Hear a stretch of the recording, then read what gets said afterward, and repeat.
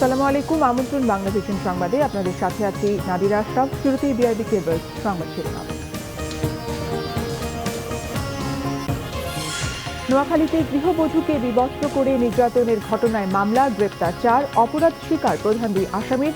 Facebook থেকে video সরানোর নির্দেশ হাইকোর্টের।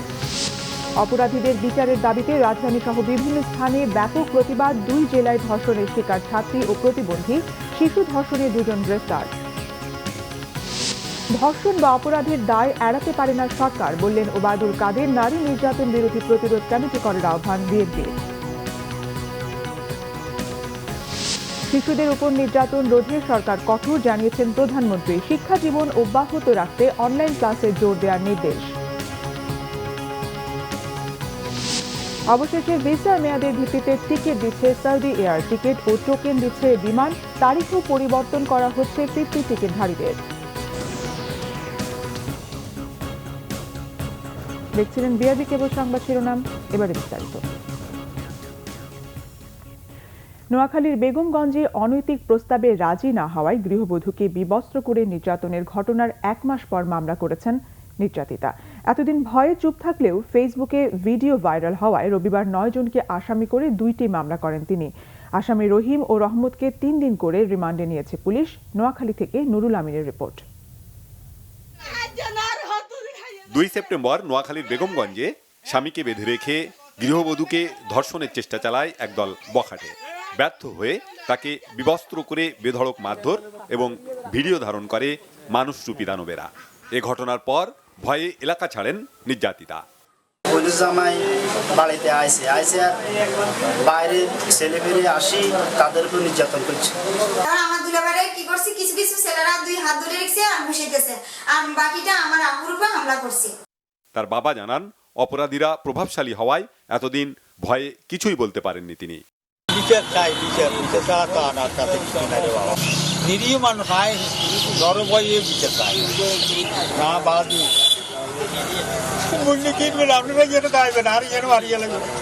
কিন্তু এখানেই শেষ নয়। রবিবার দুপুরে পৈশাচিক এ নির্যাতনের ভিডিও ফেসবুকে ছাড়ে দুর্বৃত্তরা, আর তা ভাইরাল হলে নড়েচড়ে বসে প্রশাসন। পুলিশ পাহারায় রবিবার রাতে বেগমগঞ্জ থানায় 2টি মামলা করেন নির্যাতিতা। একটি নারী ও শিশু নির্যাতন দমন আইনে, অন্যটি পর্নোগ্রাফি নিয়ন্ত্রণ আইনে। 2 মামলাতেই 9 জনকে আসামি করা হয়েছে। কিন্তু মামলায় ঘটনার মূল হোতা দেলোয়ারকে আসামি না করায় প্রশ্ন উঠেছে জনমনে। স্থানীয় সংসদ সদস্যের ঘনিষ্ঠ বলে এলাকায় তার পরিচিতি রয়েছে। মামলার এজাহারে বলা হয়েছে, গত 1 মাস ধরে তার নির্যাতনের ভিডিও ছড়িয়ে দেওয়ার কথা বলে আবারও অনৈতিক প্রস্তাব দিচ্ছিল আসামিরা। আত্মীয়র বাসা থেকে তাকে উদ্ধার করা হয়েছে এবং তার যে দেওয়া তথ্য অনুসারে এই ঘটনার সাথে যারা জড়িত ছিল 4-5 জনের নাম বলেছে।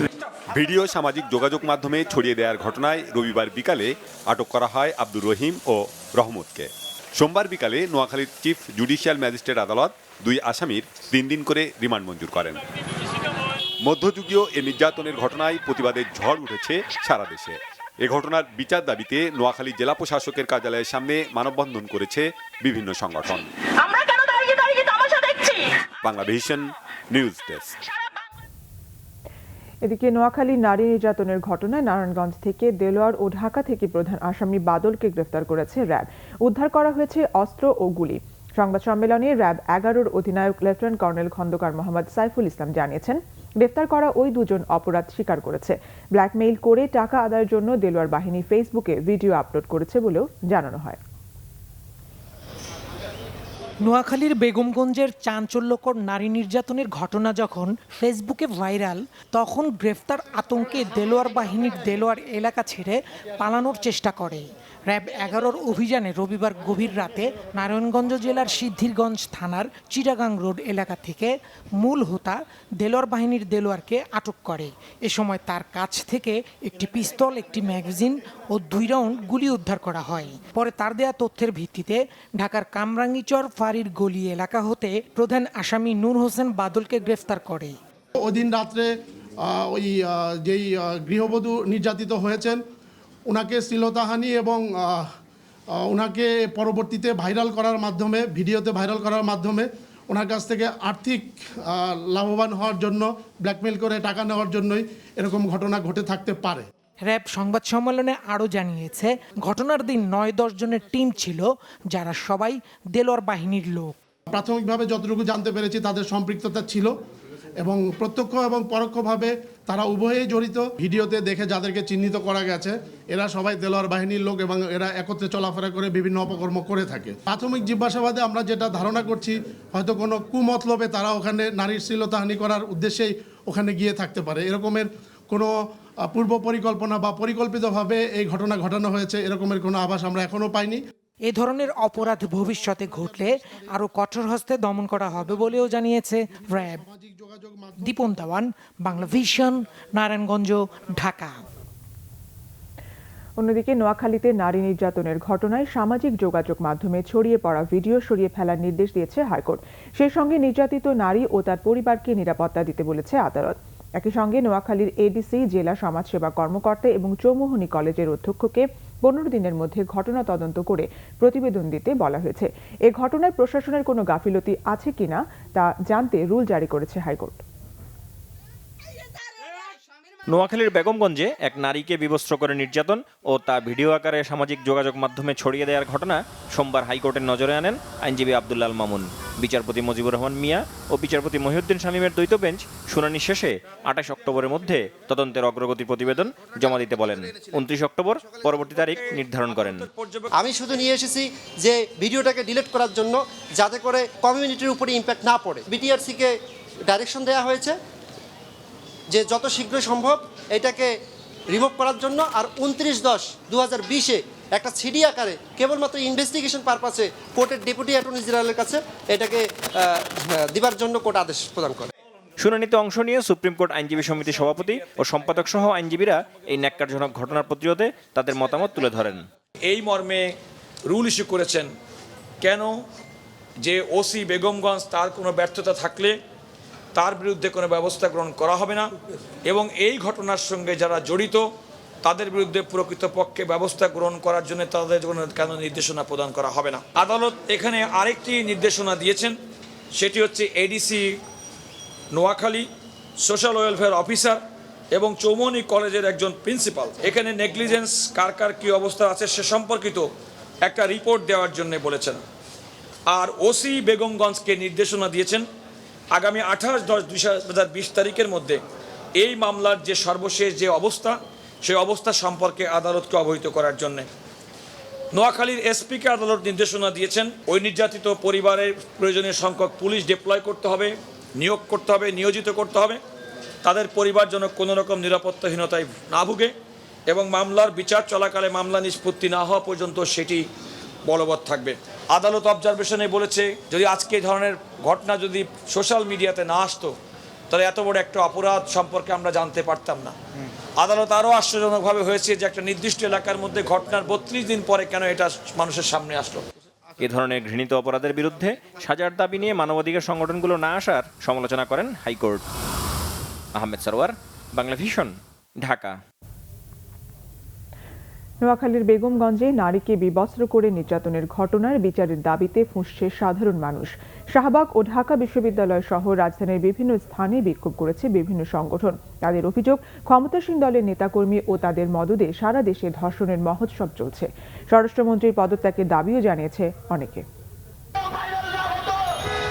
নোয়াখালীর বেগমগঞ্জে নারীকে বিবস্ত্র করে নির্যাতনের ঘটনায় সকাল থেকেই উত্তাল হয়ে ওঠে রাজধানীর শাহবাগ ও ঢাকা বিশ্ববিদ্যালয় এলাকা। সকালে শাহবাগ মোড়ে অবস্থান নিয়ে বেগমগঞ্জে নারী নির্যাতন এবং সারা দেশে ধর্ষণের ঘটনার প্রতিবাদ জানান ছাত্র ইউনিয়নের নেতাকর্মীরা।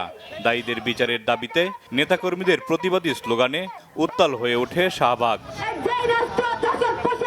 বিচারহীনতার যে সংস্কৃতি চালু আছে ঠিক সেই কারণেই আসলে ধর্ষণ, খুন সবকিছু আসলে এই সব কর্মকাণ্ডগুলো হচ্ছে। নিজের জন্য, নিজের মায়ের জন্য, নিজের সন্তানের জন্য সবাই এই প্রতিবাদে সামিল হোক। এই যে আওয়ামী লীগ দ্বারা ধর্ষিত হচ্ছে, যুবলীগ দ্বারা ধর্ষিত হচ্ছে, ছাত্রলীগ দ্বারা ধর্ষিত হচ্ছে, একের পর এক এই যে ধর্ষণের সংস্কৃতি গড়ে উঠেছে এবং এই স্বরাষ্ট্রমন্ত্রী যে এগুলো প্রতিরোধ করতে ব্যর্থ হচ্ছে, আমরা এই ব্যর্থ স্বরাষ্ট্রমন্ত্রী পদত্যাগ চাই। এ সময় আন্দোলনের সংহতি প্রকাশ করেন গণসংহতি আন্দোলনের আহ্বায়ক জোনায়েদ সাকি সহ বিভিন্ন রাজনৈতিক দল সহ নানা শ্রেণী পেশার মানুষ। একদিকে এই ক্ষমতার পৃষ্ঠপোষকতা, অন্যদিকে বিচারহীনতা। আজকে ধর্ষণকারী যারা যারা যৌন নিপীড়ক, যারা নানানভাবে ঘরে বাইরে কর্মস্থলে নারীকে নির্যাতন করে, নিপীড়ন করে, তারা আজকে পার পেয়ে যায়। যে রাষ্ট্র নারীকে নিরাপত্তা দিতে পারে না, সেই রাষ্ট্র কখনোই একটা উন্নয়ন রাষ্ট্র বলে দাবি করতে পারে না। দীর্ঘ 6 ঘন্টা শাহবাগ মোড়ে অবস্থান শেষে লাঠি মিছিল বের করে ছাত্র ইউনিয়নের নেতাকর্মীরা। মিছিলটি কাটাবন মোড় আর সায়েন্স ল্যাব ঘুরে শেষ হয়। এদিকে নারী নির্যাতন ও ধর্ষণের বিচারের দাবিতে সকাল থেকেই জাতীয় জাদুঘরের সামনে অবস্থান নেয় বাংলাদেশ সাধারণ ছাত্র অধিকার পরিষদ। এ সময় প্রতিবাদী স্লোগান দেয় তারা। কর্মসূচিতে ডাকসুর সাবেক ভিপি নুরুল হক নূর অভিযোগ করেন, বারবার নারী নির্যাতন ও ধর্ষণের ঘটনা ঘটলেও বিচার না হওয়ায় দিন দিন তা বেড়েই চলেছে। আজকে কারো মা বোন ভাই কেউ নিরাপদ নয়। আজকে যে দেলোয়ারের কথা বলা হয়েছে, কালামের কথা বলা হয়েছে, এমপির সাথে ছবি। রাষ্ট্র যখন ধর্ষকদের পৃষ্ঠপোষকতা করে, তখন আমরা কিভাবে ধর্ষণ থেকে মুক্তি পাবো?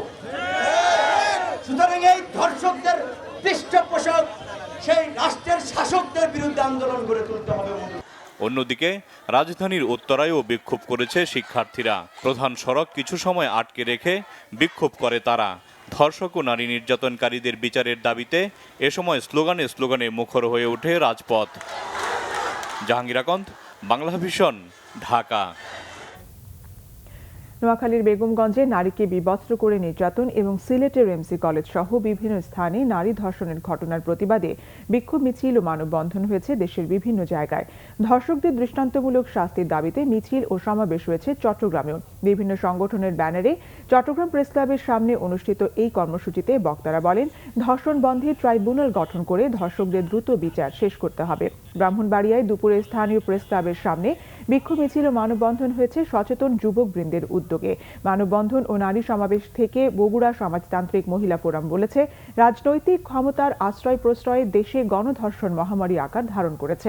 একই ইস্যুতে বিক্ষোভ সমাবেশ ও মিছিল হয়েছে গাইবান্ধায়। সমাজতান্ত্রিক ছাত্র ফ্রন্ট এবং বাংলাদেশ নারী মুক্তি কেন্দ্র গাইবান্ধা জেলা এই কর্মসূচি করে। ধর্ষণ, নারী ও শিশু নির্যাতন বন্ধের দাবিতে বাগেরহাটে মানববন্ধন কর্মসূচি করেছে উদয়ন বাংলাদেশ। গোপালগঞ্জের কোটালী পাড়ায় নবম শ্রেণীর এক ছাত্রীকে ধর্ষণের পর ভিডিও ফেসবুকে ছেড়ে দেওয়ার হুমকি দিয়েছে বিশ্ববিদ্যালয়ের এক ছাত্র। এছাড়া রাঙামাটি, গাজীপুর ও জয়পুরহাটে ধর্ষণের অভিযোগে গ্রেফতার করা হয়েছে ৩ জনকে। সিলেটে রিমান্ডে নেওয়া হয়েছে এক ছাত্রলীগ কর্মীকে। শনিবার গোপালগঞ্জের ধারাবাসাইল গ্রামে স্কুল ছাত্রীকে ধর্ষণের পর ভিডিও ধারণ করে বিশ্ববিদ্যালয়ের শিক্ষার্থী আলী হোসেন। ধর্ষণের কথা কাউকে বললে ভিডিও ফেসবুকে ছেড়ে দেওয়ার হুমকি দেয় সে। এ ঘটনায় কোটালীপাড়া থানায় অভিযোগ দায়ের করেছেন নির্যাতিতার বাবা। এদিকে এক প্রতিবন্ধীকে ধর্ষণের অভিযোগে রবিবার রাতে রাঙামাটির নানিয়ারচরের ইসলামপুর থেকে গ্রেফতার করা হয়েছে 85 বছরের বৃদ্ধ রশিদকে। রবিবার বিকেলে নির্যাতিতার মা থানায় অভিযোগ করলে তাকে আটক করা হয়। এছাড়া গাজীপুরের কাশিমপুরে 3.5 বছরের শিশুকে যৌন নিপীড়নের অভিযোগে আটক করা হয়েছে নাজমুল হাসান নামে এক যুবককে। সিলেটের দাঁড়িয়াপাড়ায় কিশোরী ধর্ষণের অভিযোগে গ্রেফতার ছাত্রলীগ কর্মী রাকিবুল হোসেন নিজুকে একদিনের রিমান্ডে নিয়েছে পুলিশ। জয়পুরহাটের হাজিপাড়ায় 12 বছরের শিশুকে ধর্ষণের অভিযোগে গ্রেফতার করা হয়েছে ফারুক হোসেন নামে একজনকে। অন্যদিকে হবিগঞ্জে মা মেয়েকে গণধর্ষণের ঘটনায় গ্রেফতার 2 যুবক স্বীকারোক্তি দিয়েছে আদালতে। পরে তাদের কারাগারে পাঠানো হয়। ধর্ষণ বা সামাজিক অপরাধের দায় সরকার এড়াতে পারে না বলে মন্তব্য করেছেন আওয়ামী লীগ সাধারণ সম্পাদক ওবায়দুল কাদের। তবে সরকার ধর্ষকদের কোনোভাবেই প্রশ্রয় দিচ্ছে না বলে জানান তিনি। বলেন, এ ব্যাপারে ব্যবস্থা নিতে কঠোর নির্দেশ দিয়েছেন প্রধানমন্ত্রী শেখ হাসিনা। সচিবালয়ে এক সংবাদ সম্মেলনে ওবায়দুল কাদের এসব কথা বলেন। তিনি আরো বলেন, সব ইস্যুতে রাজনীতি করার দরকার নেই। ধর্ষণের বিরুদ্ধে সবাইকে ঐক্যবদ্ধ হয়ে সামাজিক আন্দোলন গড়ে তোলার আহ্বান জানান তিনি। অপরাধীদের প্রশ্রয় না দিয়ে আইনের আওতায় আনার পরামর্শ দেন ওবায়দুল কাদের। তিনি আরো বলেন, সামাজিক নির্যাতন ও ধর্ষণের বিষয়ে সরকার কাউকে প্রশ্রয় দেবে না। আওয়ামী লীগ সাধারণ সম্পাদক জানান, করোনা মহামারীতে এ পর্যন্ত আওয়ামী লীগের 522 জন নেতাকর্মী মারা গেছেন। নির্ধারিত সময়ে প্রকল্পের কাজ শেষ করতে দপ্তর অধিদপ্তরের পর মন্ত্রণালয়ের কর্মকর্তাদের সাথে বৈঠক করেন সড়ক পরিবহন সেতুমন্ত্রী ওবায়দুল কাদের। না, এটা দায় কেউ এড়াতে পারবে না। সরকার ক্ষমতা, সরকার কি করে দায় এড়াবে? এবং সরকার এটাকে আবার প্রশ্রয় দিচ্ছে না। প্রত্যেকটি ব্যাপারে সরকার দায়িত্ব নিচ্ছে এবং প্রধানমন্ত্রী নির্দেশ দিয়ে যে সকল ঘটনায় যারাই জড়িত থাক, তারা যদি আমাদের দলীয় পরিচয়েরও কেউ থাকে, অবশ্যই তাকে আইনের আওতায় আনতে হবে, শাস্তির আওতায় আনতে হবে। সেটা শুধু মুখে বলা হচ্ছে না, বাস্তবেও কার্যকর করা হচ্ছে। এ ধরনের সামাজিক ব্যাধির বিরুদ্ধে দলমত নির্বিশেষে ঐক্যবদ্ধ হয়ে সামাজিক প্রতিরোধ গড়ে তুলতে হবে। সব ইস্যু নিয়ে রাজনীতি করার কোনো প্রয়োজন নেই। অন্তত এই ধরনের একটা ইস্যু নিয়ে আমরা রাজনৈতিক দলগুলো, সামাজিক সাংস্কৃতিক সংগঠন যারা আছে, স্বেচ্ছাসেবী সংগঠন, সবাই ঐক্যবদ্ধ হয়ে একটা সামাজিক প্রতিরোধ গড়ে তুলতে হবে। ধর্ষণ নির্যাতনের বিরুদ্ধে সারা দেশে প্রতিরোধ কমিটি গঠনের আহ্বান জানিয়েছে বিএনপি। দলের নেতারা অভিযোগ করেন, আইনের শাসন না থাকায় দেশের বিভিন্ন জায়গায় ধর্ষণের মতো অপরাধ ঘটছে। বিএনপির প্রতিষ্ঠাতা জিয়াউর রহমানকে নিয়ে ইতিহাস বিকৃতি করে নাটক প্রচার করা হয়েছে বলে অভিযোগ করেন বিরোধী নেতারা। এর প্রতিবাদে জাতীয় প্রেসক্লাবের সামনে মানববন্ধন করেছে স্বেচ্ছাসেবক দল। বিএনপি নেতাদের অভিযোগ, হত্যা নির্যাতনের পাশাপাশি দেশে ধর্ষণের মহোৎসব চলছে। অপরাধীদের আশ্রয়দাতাদের আইনের আওতায় আনার দাবিও জানান তারা। বলেন, জিয়া পরিবারকে নিয়ে ধারাবাহিক ষড়যন্ত্র চলছে। এরই অংশ হিসেবে নতুন নাটক তৈরি করে জিয়াউর রহমানের চরিত্র হনন করা হচ্ছে।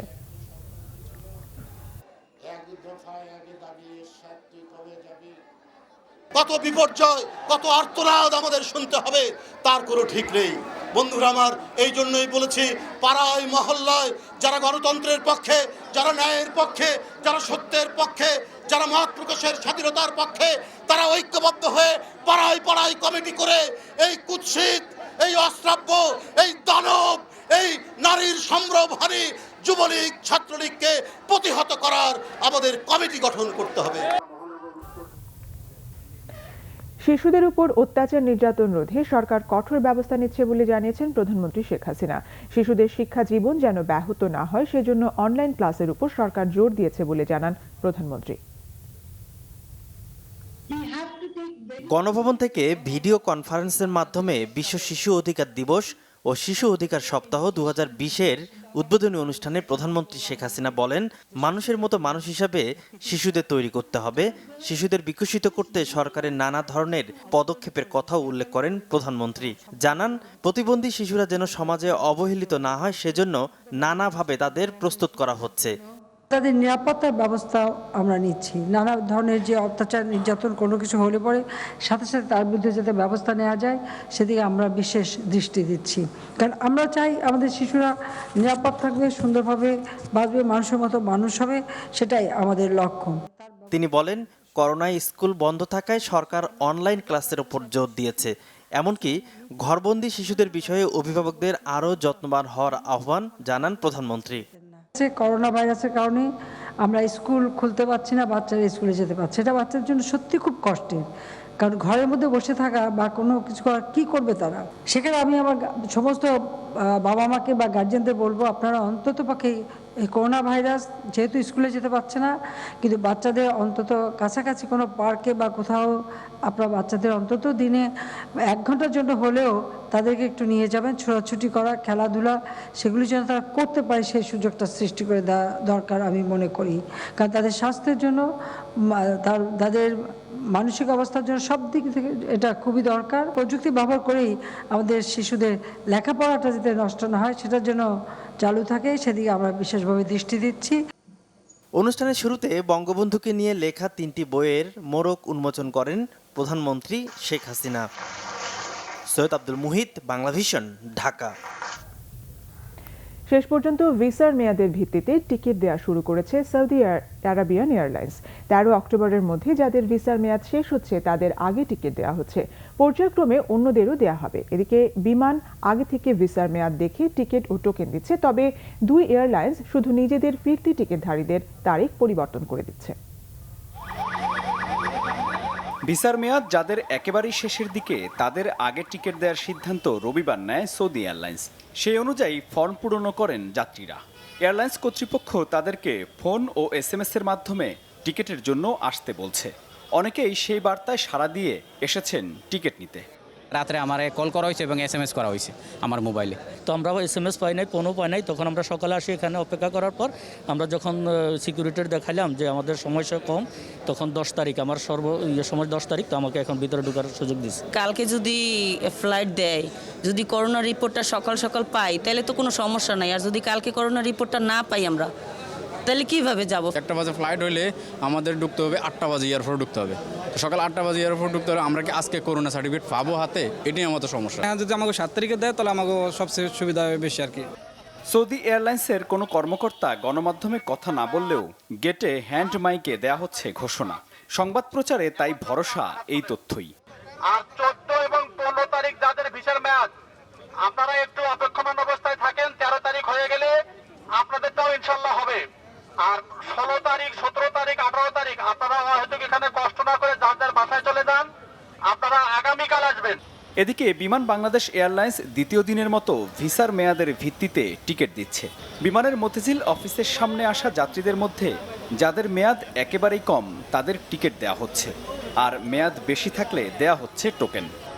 যাদের ভিসা এক্সপায়ারি তাদের আমরা ফার্স্ট প্রায়োরিটি দিয়ে সেইগুলো আগে বুকিং করতেছি, যাতে কারো ভিসা লস না হয়। যারা অন্য ক্যারিয়ারে আসছেন অথবা নতুন ভিসা নিয়ে আসছেন, এখন তাদের আমরা নতুন কোনো টিকিট দিতেছি না। বিমান অফিসের সামনে এমন অনেক যাত্রী অপেক্ষা করেন যারা অন্য এয়ারলাইন্সে এসেছেন। এখন সেই ফ্লাইট না থাকায় বিপাকে পড়েছেন তারা। আবার অনেকেই ঝুঁকি না নিয়ে ভিসার মেয়াদ বাড়িয়ে নিয়েছেন। কোম্পানি ওখান থেকে ছুটি বাড়াই দিয়েছে আমাদেরকে। আগামী ওই দেশে আইডি মেয়াদ হয়েছে। আমার ভিসার 14 তারিখ পর্যন্ত ডেট আছে। আমি যদি আজকে টিকিট না পাই তাহলে আমার যাওয়া অনিশ্চিত হয়ে যাবে। হাফ ডাউন টিকিট কাটতে আসছি, আমার এখন 1 ডাউন টিকিট চলে না, এখন আমার নতুন করে কাটতে হইব। আমি 8 মাস দেশে আসছি। এই মাসের 19 তারিখে আমার ভিসার মেয়াদ। এখন আমার সিরিয়ালে খাড়াইছে 2 ঘন্টা হয়ে গেছে, এখনো যাইতে পারতেছি না। বিমানের মতিঝিল, ধানমন্ডি, কুর্মিটোলা ও ফার্মগেট অফিস থেকেও একই সেবা দেয়া হচ্ছে ফিরতি টিকিটধারীদের। মিরাজ হোসেন গাজী, বাংলা ভিশন, ঢাকা। নবনিযুক্ত ভারতীয় হাই কমিশনার বিক্রম দোরাইস্বামী সড়ক পথে ঢাকা এসেছেন। আসার পথে আখাউড়া স্থলবন্দরে তিনি সাংবাদিকদের বলেছেন, বাংলাদেশের সঙ্গে আরও কিভাবে অংশীদারিত্ব বাড়ানো যায় তা নিয়ে কাজ করবেন তিনি। সকালে ত্রিপুরা সীমান্ত দিয়ে ব্রাহ্মণবাড়িয়ার আখাউড়া স্থলবন্দরের আন্তর্জাতিক ইমিগ্রেশন চেকপোস্ট দিয়ে বাংলাদেশে এসেছেন নয়া ভারতীয় হাই কমিশনার। আখাউড়া আন্তর্জাতিক স্থলবন্দর চেকপোস্টে যাত্রা বিরতিকালে তিনি বলেন, ভারতবাসী বাংলাদেশকে তাদের সবচেয়ে ঘনিষ্ঠ বন্ধু মনে করে। বাংলাদেশের সঙ্গে সম্পর্ক উন্নয়নের কাজ করার সুযোগ পেয়ে আনন্দিত হাই কমিশনার বিক্রম দোরাইস্বামী। हम बांग्लादेश को अपने सबसे निकट सबसे करीब दोस्त मानते हैं, तो हम बांग्लादेश के साथ जितना भी और मेहनत कर सकते हैं, जितना भी इस पार्टनरशिप को बढ़ा सकते हैं, ये मेरी उम्मीद होगी। एयर बबल जल्दी से शुरू हो जाए तो हमारा पूरा वीज़ा सिस्टम खुल सकता है। तो मेहनत करेंगे कि आने वाले कुछ चंद दिनों में ये हम जल्दी से शुरू कराएं। मगर जो भी इमरजेंसी केस है जिसको ट्रैवल करने की ज़रूरत है, हम पूरे मेहनत से उनको अभी भी वीज़ा खोलने से पहले भी उनको वीज़ा की सुविधा देंगे। করোনায় দেশে একদিনে আরও 27 জনের মৃত্যু হয়েছে। এ নিয়ে মৃতের সংখ্যা দাঁড়ালো 5375 জনে। সোমবার স্বাস্থ্য মন্ত্রণালয়ের প্রেস বিজ্ঞপ্তিতে জানানো হয়, একদিনে 11,767টি নমুনা পরীক্ষায় 1442 জনের করোনা শনাক্ত হয়েছে। এ নিয়ে দেশে মোট শনাক্তের সংখ্যা দাঁড়ালো 3,70,132 জন। মারা যাওয়া 27 জনের মাঝে 17 জন পুরুষ এবং 10 নারী। গত 24 ঘন্টায় সুস্থ হয়েছেন 1,526 জন। মোট সুস্থ হয়েছেন 2,83,182 জন। দেশে করোনা শনাক্তের হার 12.25%, সুস্থতার হার 76.51 এবং মৃত্যুর হার 1.45%। এখন শুধু হিউম্যান ট্রায়ালের অপেক্ষায় করোনার ভ্যাকসিন তৈরি প্রক্রিয়ায় নাম লেখানো একমাত্র দেশীয় প্রতিষ্ঠান গ্লোব বায়োটেক লিমিটেড। বঙ্গবন্ধুর জন্মশতবার্ষিকী উপলক্ষে জানুয়ারির মধ্যেই ভ্যানকোভিড নামের ভ্যাকসিনের কার্যক্রম শুরু করতে চায় প্রতিষ্ঠানটি। গত ডিসেম্বরে চীনের উহানে করোনা সংক্রমণের পর থেকেই বিশ্বব্যাপী শুরু হয় ভ্যাকসিন তৈরির দৌড়ঝাঁপ। 2 জুলাই সেই প্রতিযোগিতায় যুক্ত হয় বাংলাদেশের বেসরকারি প্রতিষ্ঠান গ্লোব বায়োটেক। সোমবার সংবাদ সম্মেলনে জানানো হয়, নিজেদের উদ্ভাবিত টিকা ভ্যানকোভিড প্রাণীদেহে করোনা প্রতিরোধে সফল হয়েছে। তাদের দাবি, এই টিকা প্রাণীদেহে সম্পূর্ণ নিরাপদ ও কার্যকর প্রমাণিত। আমাদের কাজ কিন্তু আমরা শেষ করে ফেলেছি। আমরা এখন শুধু ক্লিনিক্যাল ট্রায়ালের ডোজ সরবরাহ করব প্রোটোকল অনুযায়ী। সিআরও যখন তৈরি হবেন তো ওনারা বিএমআরসির কাছে যাবেন এবং সেটা ঔষধ প্রশাসনের মাধ্যমে অনুমোদনের পর এটি ক্লিনিক্যাল ট্রায়াল যাবে। যে এটি গণস্বাস্থ্যের মতো হবে কি হবে না সেটা সময় বলবে, এটি আমাদের হাতে নেই। বৈশ্বিক চাহিদা বিবেচনায় স্বয়ংসম্পূর্ণতা অর্জনের বিকল্প নেই বলে মন্তব্য করেন বিশিষ্টজনেরা। নিজেরা যদি একটি ভ্যাকসিন আমাদের দেশে উৎপাদন করতে পারি তাহলে আমরা মনে করি যে আমরা স্বয়ংসম্পূর্ণ থাকবো, কারণ আমরা তো সবসময় বিদেশের কাছে ভিক্ষা চাইতে পারি না। টিকা তৈরির দেশীয় উদ্যোগকে সফল করতে সরকারের সহযোগিতা প্রত্যাশা করেন গ্লোব বায়োটেকের চেয়ারম্যান। আমরা আশা করি আমাদের সরকার আমাদের পিছনে থাকবে, আমাদেরকে সর্বক্ষেত্রে আমাদেরকে সহযোগিতা করবে। সবাই মিলে এককভাবে যদি চেষ্টা করতে পারি, আমরা জানুয়ারির ভিতরে আমরা সারা বাংলাদেশের লোকজনকে ভ্যাকসিন দেওয়া শুরু করতে পারবো ইনশাল্লাহ। তাইমুর রশিদ, বাংলা ভিশন, ঢাকা। বুয়েট শিক্ষার্থী আবরার ফাহাদকে পিটিয়ে হত্যার ঘটনায় 25 আসামির বিরুদ্ধে করা মামলার সাক্ষ্য গ্রহণ শুরু হয়েছে। সোমবার ঢাকার দ্রুত বিচার ট্রাইব্যুনাল 1-এর বিচারক আবু জাফর মোহাম্মদ কামরুজ্জামানের আদালতে সাক্ষ্য দেন মামলার বাদী ও নিহত আবরারের বাবা বরকতুল্লাহ। এর আগে 20 সেপ্টেম্বর ঢাকার দ্রুত বিচার ট্রাইব্যুনাল 1-এর বিচারক আবু জাফর মোহাম্মদ কামরুজ্জামানের আদালতে মামলার সাক্ষ্য গ্রহণের জন্য দিন ধার্য ছিল, কিন্তু ওই দিন আবরারের বাবা জন্ডিসে আক্রান্ত হওয়ায় রাষ্ট্রপক্ষ সময়ের আবেদন করেন। ফেসবুকে স্ট্যাটাস দেওয়ার জেরে বুয়েট শিক্ষার্থী আবরারকে 2019 সালের 6 অক্টোবর রাতে ডেকে নেয় বুয়েট শাখা ছাত্রলীগের কয়েকজন নেতাকর্মী। এরপর রাতে শেরেবাংলা হলের নিচতলা ও দোতলা সিঁড়ির করিডোর থেকে আবরারের মরদেহ উদ্ধার করা হয়। সবার কাছে আমার অনুরোধ থাকবে যাতে মামলা যাতে পিছায় না যায়, যাতে অতি দ্রুত হলে মামলাটা শেষ হয়, সেইটাই আশাবাদ করছি এবং আমার মনে হয় আমি এখানে ন্যায় বিচার পাবো। এখন মনের ভিতর যে ক্ষত আছে এটা তো বলা যাবে না, কারণ আমার ছেলে যে একটা 22 বছরের ছেলে যেভাবে হত্যা করা হয়েছে মানবিক নির্যাতন করে, এটা তো ভোলার মতো না। এই ব্যাপারে আমি কিছু বলতে পারবো না, কারণ বলতে গেলে আমি বলতে পারবো না। এবারে ক্লেমেন্ট খেলার সংবাদ।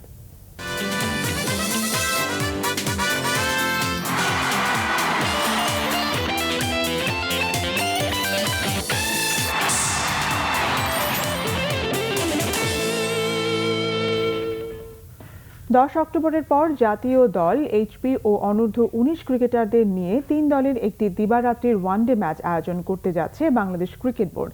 ক্রিকেটারদের ম্যাচ প্র্যাকটিস ও অনুশীলন ঘাটতি মেটাতে এই আয়োজন বলে জানান আকরাম খান।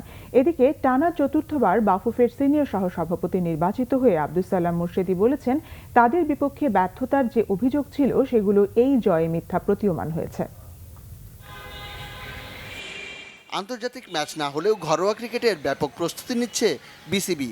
ক্রিকেট অপারেশনস কমিটির চেয়ারম্যান আকরাম খান জানিয়েছেন, নভেম্বরের মাঝামাঝি 6 দলের টি-20 টুর্নামেন্ট আয়োজন করা হবে। 3টা দল করে আমরা ডাবল লিগ খেলবো। আপনার সেখানে আপনার ডে নাইট ম্যাচ আমরা করছি এবং এটা মনে করেন যে আপনার হয়তো 10-12 দিনের মধ্যে এটা আমরা শেষ করে দিব। আমাদের মাথায় কিন্তু একটা জিনিস আছে যে ওয়েস্ট ইন্ডিজ জানুয়ারিতে আসবে, সো আমরা যদি এগুলো ভালোভাবে করতে পারি তাহলে আমরা ওদেরকে এনে আমাদের সিরিজটা আমরা শুরু করতে পারবো। মাঠে ফিরেছে বাংলাদেশের ক্রিকেট। আন্তর্জাতিক ম্যাচ নয়, ঘরোয়া লিগ বা টুর্নামেন্টও নয়, নিজেদের মধ্যে ভাগ হয়ে 2 দিনের ম্যাচ খেলছে ক্রিকেটাররা। দ্বিতীয় 2 দিনের ম্যাচের প্রথম দিনটিতে হয়েছে ব্যাট বলের জমজমট লড়াই। ব্যাটিংয়ে নেমে ওটিস গিবসন একাদশ 8 উইকেট হারিয়ে তুলেছে 248 রান। ইমরুল কায়েস ও মাহমুদুল্লাহ রিয়াদ পেয়েছেন হাফ সেঞ্চুরি। 29 রান নিয়ে ব্যাট করছেন মোসাদ্দেক হোসেন সৈকত। বল হাতে দ্বিতীয় ম্যাচেও জ্বলে উঠেছেন রায়ান কুক একাদশের তাসকিন আহমেদ। 42 রানে নিয়েছেন 3 উইকেট। 2টা ম্যাচ আমাদের জন্য খুবই ইম্পর্টেন্ট ছিল, বিকজ অনেক দিন পরে যেহেতু আমরা খেলছি, আসলে 4 ডে ক্রিকেটে অনেক সময় না খেলতে থাকলে প্ল্যানিং বা সব কিছু একটু উলটপালট হয়ে যায়। তারপরেও এরকম একটা অপরচুনিটি পেয়ে যায়, সবাই প্রত্যেকটা ব্যাটসম্যান বা বোলার সবাই ইন্ডিভিজুয়ালি খুব ভালোভাবে জিনিসটাকে কাজে লাগিয়েছে। চতুর্থবার সিনিয়র সহসভাপতি নির্বাচিত হয়ে আবারও বাফুফেতে আব্দুস সালাম মুর্শেদী জানালেন, দ্রুততম সময়ের মধ্যে শেখ কামাল অনূর্ধ্ব-19 টুর্নামেন্ট সহ বেশ কিছু খেলা আয়োজনের পরিকল্পনার কথা। আমাদের সম্মানিত ডেলিগেটরা, আমরা যারা দায়িত্ব পালনে ছিলাম তাদের পরে 15ই আস্থা রেখে প্রমাণ করলেন যে না, বাজারে যে আলোচনা, সংবাদ মাধ্যমে যে প্রচারণা বা যে ব্যর্থতার কথা বলা হচ্ছে সেটি সঠিক ছিল না। জেলা ফুটবলকে চাঙ্গা করার প্রতিশ্রুতি আরও একবার দিয়েছেন সালাম মুর্শেদী। মনির হোসেন খান, বাংলা ভিশন, ঢাকা। সংবাদ শেষ করব বিআরবি কেবল শিরোনামগুলো আরেকবার জানি। নোয়াখালীতে গৃহবধূকে বিবস্ত্র করে নির্যাতনের ঘটনায় মামলা, গ্রেপ্তার 4, অপরাধ স্বীকার প্রধান 2 আসামির, ফেসবুক থেকে ভিডিও সরানোর নির্দেশ হাইকোর্টের। অপরাধীদের বিচারের দাবিতে রাজধানী সহ বিভিন্ন স্থানে ব্যাপক প্রতিবাদ, 2 জেলায় ধর্ষণের শিকার ছাত্রী ও প্রতিবন্ধী শিশু ধর্ষণে 2 জন গ্রেফতার। ধর্ষণ বা অপরাধের দায় এড়াতে পারে না সরকার, বললেন ওবায়দুল কাদের। নারী নির্যাতন বিরোধী প্রতিরোধ কমিটি গঠনের আহ্বান বিএনপি। শিশুদের ওপর নির্যাতন রোধে সরকার কঠোর, জানিয়েছেন প্রধানমন্ত্রী। শিক্ষা জীবন অব্যাহত রাখতে অনলাইন ক্লাসে জোর দেওয়ার নির্দেশ। অবশেষে ভিসার মেয়াদের ভিত্তিতে টিকিট দিচ্ছে সৌদি এয়ার, টিকিট ও টোকেন দিচ্ছে বিমান, তারিখও পরিবর্তন করা হচ্ছে ফিরতি টিকিট ধারীদের। এ ছিল এখনকার মতো। পরের সংবাদ রাত 10:30টায় দেখার আমন্ত্রণ রইল। এছাড়া বাংলাভিশন সংবাদ ও সংবাদ সংশ্লিষ্ট অনুষ্ঠান দেখতে লগ ইন করুন facebook.com/বাংলাভিশন এবং সাবস্ক্রাইব করুন youtube.com/বাংলাভিশন নিউজ। সঙ্গে থাকার ধন্যবাদ।